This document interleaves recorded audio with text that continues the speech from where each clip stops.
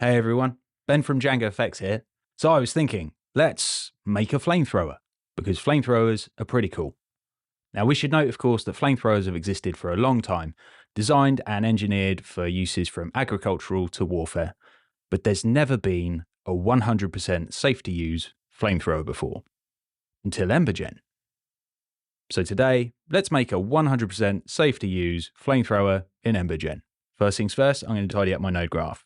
I'm going to be using a particle emitter today. I'm going to make things a little easier to see by turning off my skybox and ground, and then I'm going to set up the domain for my simulation.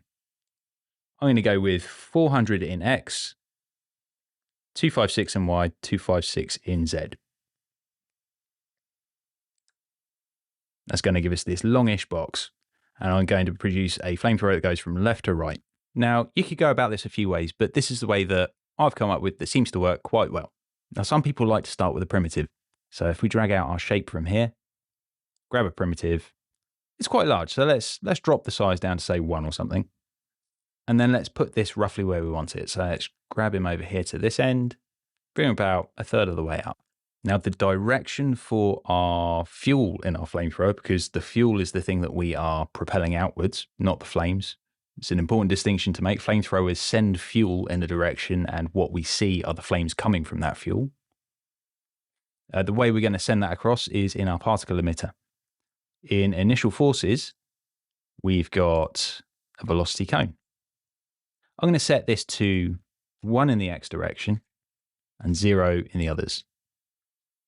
Now it does shoot outwards, but it also goes up, and that's because of the speed that it's traveling at and also the buoyancy of the flame. So just for now, in simulation and then force, I'm going to drop our buoyancy down to say 20 or so. And we're going to look at our initial forces here. We've got a speed scale here, and we've also got our emission speed limits. I'm going to set our emission speed limit to just 1 number, so the same number on both. It's going to send it out a little bit faster, and we can use the speed scale here to multiply that. So let's say 2. That's looking like something, but it's not quite there. It's because of this primitive. It's just too big. So one way that I would usually do it is I would actually disconnect the primitive altogether and use just the particle emitter. When you don't have a shape attached, you would be emitting particles from just a singular point in space. So let's play with that first. Let's bring this to where we were, and then let's look at our velocity cone. We can see that we've got this shape here. It's quite a wide angle. That's because of this 45-degree cone spreading. If we drop this down to say 2 or something, then immediately we've got more of a stream going on. But the moment we've done that, we've kind of restricted the amount of fire that's coming out. So let's look at the injection tab on our particle emitter. I'm going to drop out the smoke totally, and I'm actually going to drop out flames as well. So everything's going to disappear. I'm going to leave velocity where it is because that's kind of useful to us. I'm going to go to fuel. I'm going to type in 100, see what that does to things. Okay, that's kind of all right, but they only get to here and then they die. So let's have a look at our particle life. See, it dies after a third of a second here. Let's pop this up to, say, 2. Straight away, we're living longer. I'm going to actually drop this down to 1. Okay, that's a good start. It's a good start. I'm also going to make things a little easier to look at by, let's get rid of all the smoke. If we go into combustion, we can turn the generated smoke down. So that's smoke that's not being produced by the particle emitter, that's smoke that's produced by the fire here dying. So that will disappear completely. Okay, that's good. And then we're going to change the look of our fire a little. So in our shading node, I am looking at the flames tab. Definitely want to render flames. Let's change our exposed color gradient. I like to use a black body. And I also like to use translucency here. I'm also going to bring the flames density minimum limit up to 5 or so. And that's going to weed out some of those weaker flames. So very, very quickly, we've got a single point in space that's pushing out fuel, that's immediately igniting and growing as it goes. So let's shape this about a bit. Let's massage a few values here and there. So first of all, to make it look a bit better, I'm going to bring in the fuel. We are sending fuel out in a stream here, and I want to be able to see it because that can actually enhance the look a little. So if I tick render fuel here, we suddenly get this blue stream. Now I don't want it to last quite so long. I want it to kind of die out around here. And there's a few ways that we can get there. We can increase our fuel density minimum limit. As we bring that up, it should die out. But the problem is quite a lot of it dies out that way. So let's take that about down to 5. And because this is displaying what's coming out of the particles, if we change what's happening with the particles in our particle emitter node here, look at injection, we're looking at the visual results of this fuel here. So maybe we could have the fuel die out quicker. Let's bring this down to about half that value. There we go, look. It's going to make this a little more smooth. That seems pretty good. Except now in doing that, I've brought the amount of fuel down over time, which means we've got less flames. So let's increase the flame somehow. Let's go into our simulation and combustion, click on advanced parameters, and let's bring down combustion fuel loss to say 30 or something. What that means is that fuel is going to get used up by the fire eating through it at a decreased rate. So we're going to have more fuel left by the time we're over here. Notice how that's kind of lengthened out our streak here, but not by too much. So I'm going to play with a couple more settings just to see if I can get a little bit more out of this fire. Probably the quickest way to do this is with our initial forces, our cone spreading. If you'd up that by 1 degree, you'd probably get a much more intense stream of fire. Yeah, I think so. Still not happy with the way that the flames are looking, so I'm going to tinker with that for a sec. So let's change a few more things about this. Let's go into our simulation tab and see if there are things about the world and the rules that this flamethrower is operating under to change the look of it, like the physics of the operation. All right, I'm going to have a look at our combustion gas release. So the amount of expansion happening within the flames as they're lit. So it's 60% right now. Let's double this. Or let's go for like 150. We should get bigger flames, but without affecting the beginning part of the flamethrower. That's a bit more intense. Okay, maybe a little bit too much. I'm going to dial that back to 120. Back to our emitter tab. Our injection, we've already got velocity up to 200%. So let's go back to our initial forces. And we've got our speed scale to 2 here. What happens when we put it up to 3? This is a bit more like it. Now, another thing I'd recommend looking at is in our active forces. And in fact, just to show this, if I go to rendering, turn on rendered particles so you can see what's going on over here. So all these white dots, these are our particles. They are riding the volume. So all of the turbulence that's happening because of the heat, the fire, they're being caught up in that. They're being pushed around a little bit. You can see over here, there's a little bit of activity. And they're adhering to this slider here, volume. So between the values of 55%, 75%, within that range, they are, riding along with what's happening with these waves of disturbance here. So if we were to bring this down, you should see that line starts to straighten out and it kind of stops listening to what's happening with the fire. There we go. So now it's just a straight line. So that would give us a more direct, more straight stream of fire. Now the fire itself would still sort of balloon out, but the stream itself that's feeding it would be fairly consistent. This is quite good.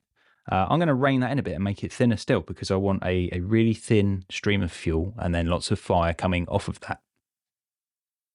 So let's go back to our cone. Let's pop this down to 1, just see what it looks like. There we go, look at that. I might even drop the speed scale back down to 2. I'm going to turn off our rendered particles so we can see what's happening with the fire. And yeah, we need a bit more fire again. Okay, that's something a bit more manageable. So I've also dropped the opacity of this fuel coming in here a little. Okay, so that's looking a little better to me. It's still not the final look, but it's looking a bit better. I've also dropped the opacity of our fuel down here a little bit. So if we look in our particle emitter, if we start making changes to the particle emitter itself, that's obviously going to start affecting how this thing looks. So let's try a couple of different settings. Now, you would think that the emission style, i.e. regular, entangled or clumped, would make a huge difference. And it probably would, except in this case, we're shooting out such a thin stream of particles here along this blue line that, the arrangement of those particles really doesn't matter too much. One thing that does matter is how far apart these particles are. Now, we've got this lovely thin stream, but if we were to up the jitter distance, 1 would be a bit extreme. Let's say 0.5. Now that's going to sort of fuzz that line out a bit. So our flamethrower is going to get a bit more wide and a bit more violent. So let's see how that looks. All right. I'm going to drop that down to 0.1, I think.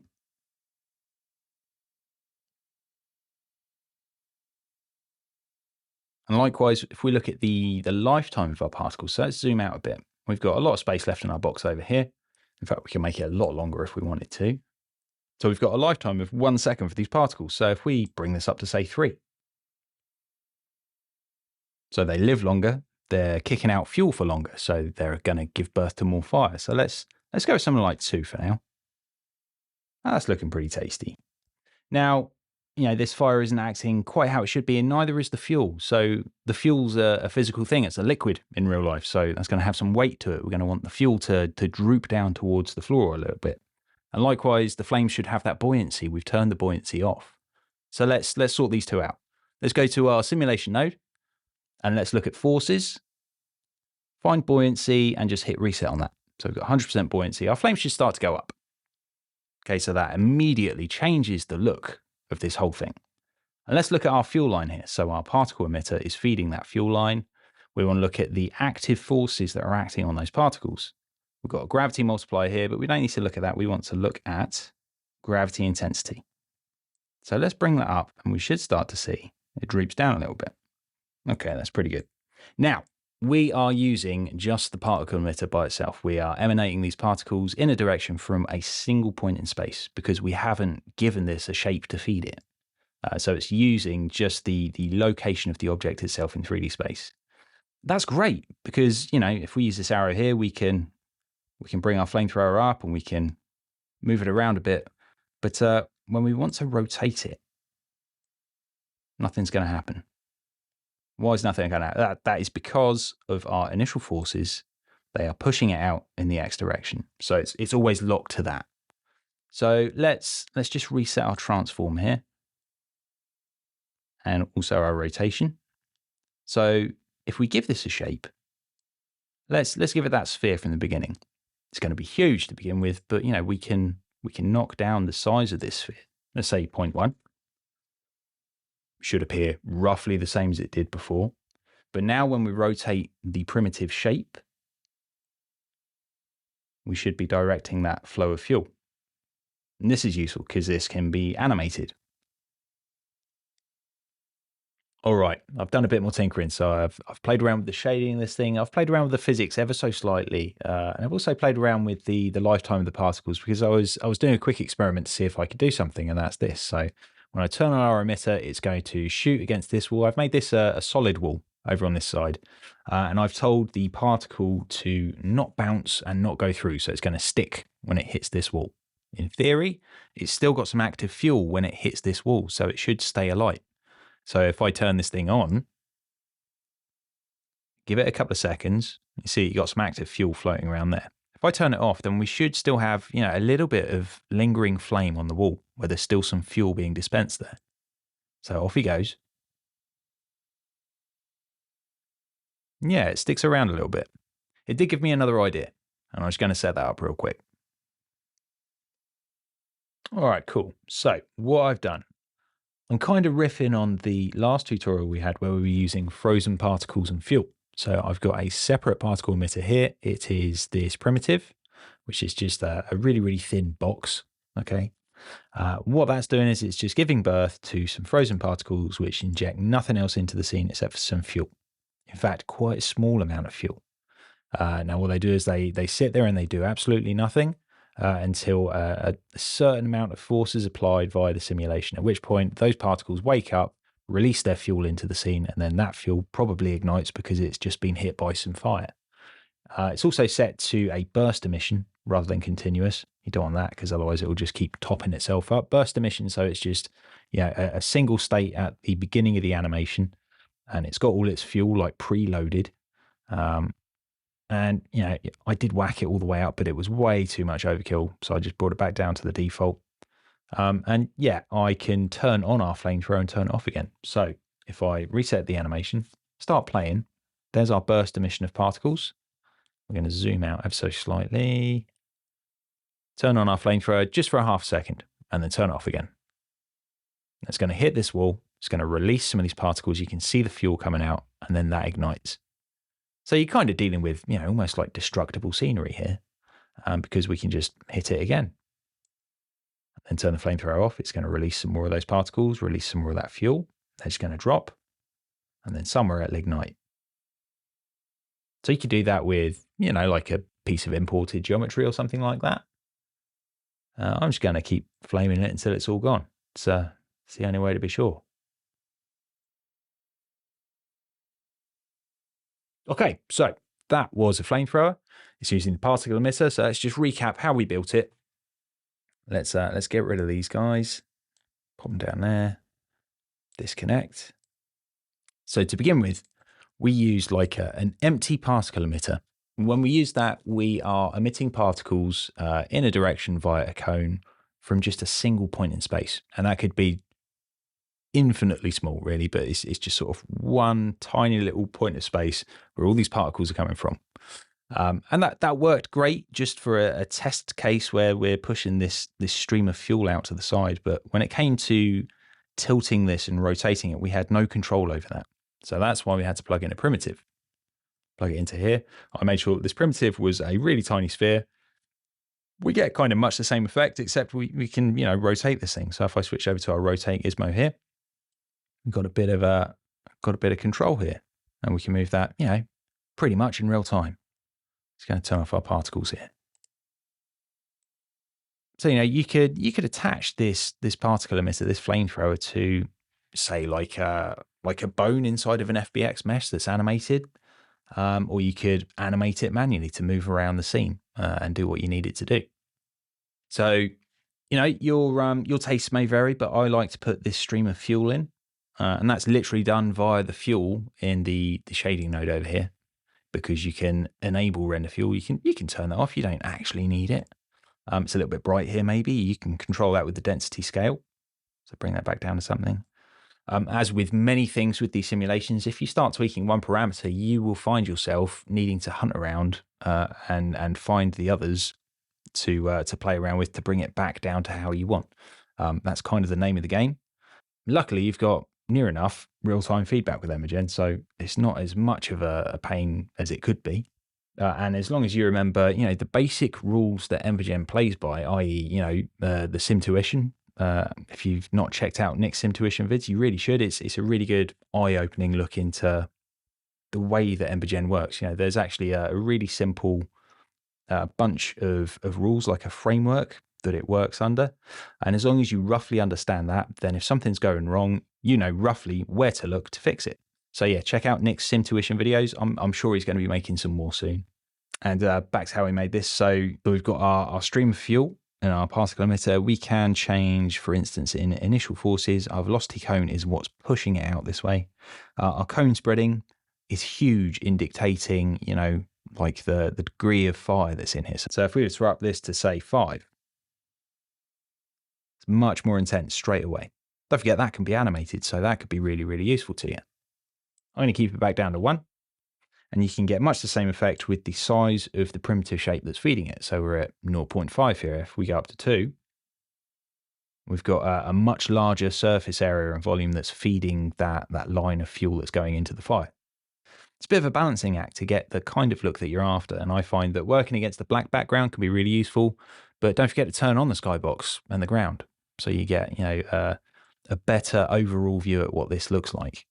I also like to use flames translucency. If we turn that off for a sec, we're going to get a much more blown out look, which can be pretty nasty if you're using this for compositing. So I tend to turn that on and then mess around with the shaping by flames just to bring those edges up and make it look nice and crispy. By the time you bring this into Nuke or After Effects or similar, if you apply some motion blur to it, it hides a lot of the detail, but you don't really feel like the detail's been lost because the motion blur sort of ups the realness factor. And also, don't be afraid to mix some smoke into this. I'm sure if you think of flamethrowers, you don't automatically think of smoke. You're thinking of the flames, and visually, that's what comes to mind. If you add some smoke in, though, it can really enrich it. So just to show you, I've got 10% of extinction smoke gain. So that is smoke that's produced by the fire dying out. If we pump this up, it's probably going to be overkill for this size of simulation, but it's probably going to look pretty badass. So let's say 64 or something. And it just seems to offer something a little bit more. You get a lot more contrast in what's happening over here. And that smoke can also influence the movement of the fire, don't forget. So yeah, something to bear in mind. All right then, flamethrowers, you're welcome. That's how I would make a flamethrower using the particle emitter. So I'll attach the preset that I've created here with this tutorial so you can download it, play with it. I'd love to see what other people make if they've got any other methods for making flamethrowers as well. If you've got any questions or any ideas, please reach out on Discord or Twitter. Please come find one of us and just start asking questions. We'd love to help. And I'll catch you in the next video.